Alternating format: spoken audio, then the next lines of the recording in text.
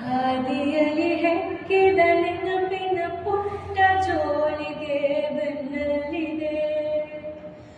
ಹಾಡದಿರೋ ಸಾವಿರ ಪದಗಳ ಮೂಕ ಸೇತುವೆ ಕಣ್ಮುಂದಿದೆ.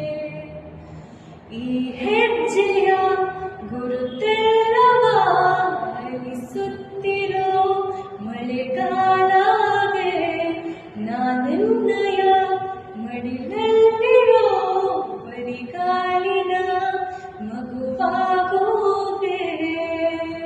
ಮನಸ್ಸಾಗೀತೇನು ಇನ್ನೂ ಉದಾರ, ಬಂದೀತೇನು ನನ್ನ ಬಿಡಾರ. ಸಿಕ್ಕಿ